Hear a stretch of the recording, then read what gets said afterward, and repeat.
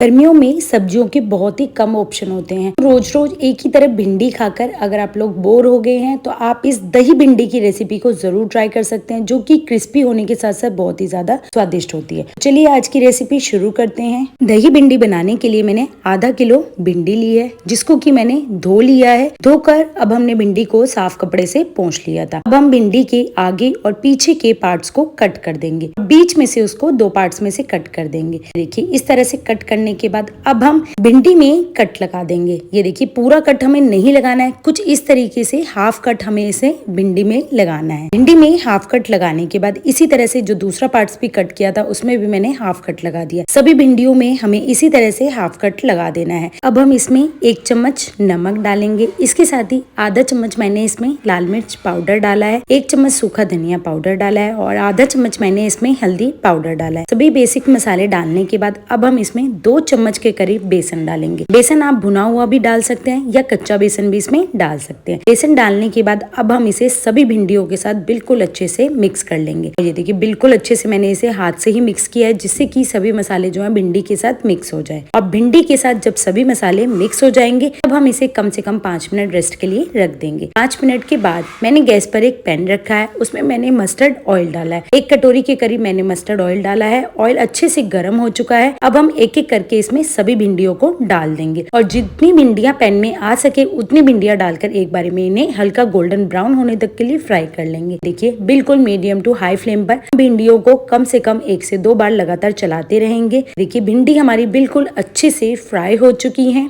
3 से 4 मिनट का हमें भिंडी को फ्राई करने में टाइम लगता है और ये देखिए भिंडी जो है क्रिस्पी गोल्डन ब्राउन कलर की हो चुकी है और जो हमने इसके ऊपर मसाले डाले थे उनकी भी एक लेयर इसके ऊपर आ चुकी है। अब हम सभी भिंडी को पैन में से निकाल लेंगे। देखिए साइड में लगाकर मैंने भिंडियों को पैन में से निकाल लिया और इसी तरह से जो बाकी बची हुई हमारी भिंडी है उन्हें भी एक एक करके अब हम पैन में डाल देंगे और बिल्कुल मीडियम टू हाई फ्लेम पर कम से कम 3 से 4 मिनट तक के लिए इन्हें भी हल्का गोल्डन ब्राउन होने तक के लिए फ्राई कर लेंगे। सबसे पहले आप इसे बिल्कुल मीडियम फ्लेम पर 1 मिनट के लिए पकाएं। जब आपको लगे कि हल्की पक चुकी है तब आप गैस की फ्लेम को मीडियम टू हाई करके इसे अलटते पलटते हल्का गोल्डन ब्राउन होने तक के लिए सेक सकते हैं। ये देखिए भिंडी बिल्कुल अच्छे से पक चुकी है। अब मैंने 8 से 10 लहसुन की कलियां ली हैं, 3 मैंने हरी मिर्च ली है। हम दस्ते में डालकर इनको हमने बिल्कुल बारीक पीस लिया है। अब मैंने एक प्याज ली है, प्याज को बिल्कुल बारीक हमें चॉप कर लेना है। देखिए प्याज को मैंने स्लाइसेस में छोटे छोटे स्लाइस में कट कर लिया है। कट करने के बाद अब हमने एक बाउल लिया है। बाउल में मैंने 3 चम्मच फ्रेश दही डाली है। दही बिल्कुल भी खट्टी नहीं यूज करनी है।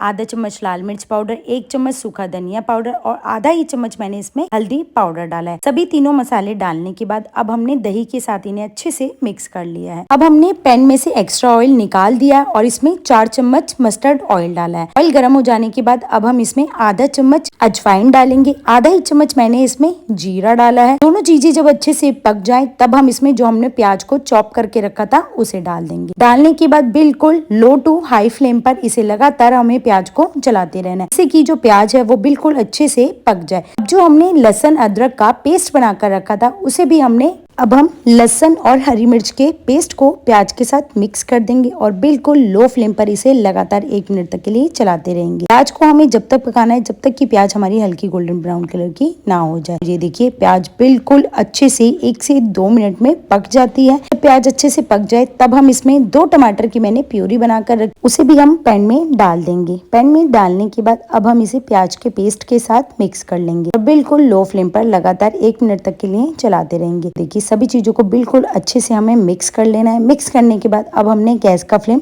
हाई कर दिया। हाई फ्लेम पर हम इसे लगातार 1 मिनट तक के लिए चलाते रहेंगे। 1 मिनट चलाने के बाद अब जो हमने दही का पेस्ट बनाकर रखा है उस पेस्ट को अब हमने पैन में डाल दिया। डालने के बाद इसे भी हमें ग्रेवी के साथ मिक्स कर लेना है। ग्रेवी के साथ हमने दही के मिक्सचर को मिक्स कर लिया है। मिक्स करने के बाद अब हम इसे बिल्कुल लो फ्लेम पर ढक कर कम से कम 2 से 3 मिनट तक के लिए रख देंगे और ये देखिए 2 से 3 मिनट बाद जो ग्रेवी है वो बिल्कुल अच्छे से पक चुकी है और इसमें से हल्का हल्का ऑयल भी रिलीज हो चुका है। अब जो हमने भिंडी को फ्राई करके रखा था उसे हम पैन में डाल देंगे। देखिए सभी भिंडियों को मैंने एक साथ ही पैन में डाल दिया। डालने के बाद ग्रेवी के साथ हमें भिंडियों को मिक्स कर लेना है। गैस का फ्लेम हमें बिल्कुल लो रखना है। लो फ्लेम पर ही इसे ग्रेवी के साथ हमें मिक्स करना है। ग्रेवी के साथ मिक्स करने के बाद अब हम इसे बिल्कुल लो फ्लेम पर कम से कम 3 से 4 मिनट पकने के लिए रख देंगे। भिंडी को हमें ढककर बिल्कुल भी नहीं पकाना पकाना है। अगर आप भिंडी को ज़्यादा टाइम के लिए ढककर पकाते हैं तो भिंडी जो है वो बहुत ही ज़्यादा चिपचिपी बनकर तैयार होती है। इसीलिए भिंडी को हमने पहले से ही फ्राई करके रखा था, तो इसे ढककर हमें बिल्कुल भी नहीं पकाना है। भिंडी को मैंने कम से कम 3 से 4 मिनट के लिए पकाया था। इसके बाद अब हम इसके ऊपर 1 चम्मच घी डाल देंगे। घी से जो हमारी सब्जी है उसका टेस्ट और भी ज्यादा अच्छा आता है। घी डालने के बाद हमने इसे भिंडी के साथ मिक्स कर लिया। ये देखिए बहुत ही स्वादिष्ट हमारी दही भिंडी बनकर बिल्कुल तैयार हो चुकी है।